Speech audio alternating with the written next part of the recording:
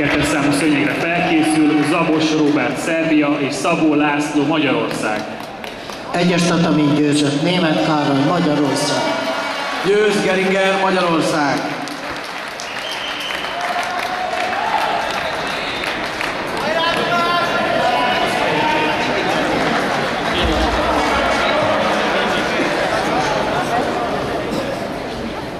Szeddig az emelősei. Egy 3-as számú szőnyegen áll Sebők Jenő, Hungary, Magyarország, és Mihály Fedor, Szlovékia.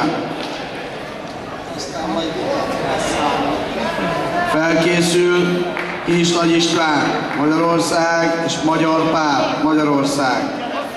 Egyes tatamira áll harmadik helyén. Drži, ne mrdaj! Magyarország, Migaskó Lajos Magyarország.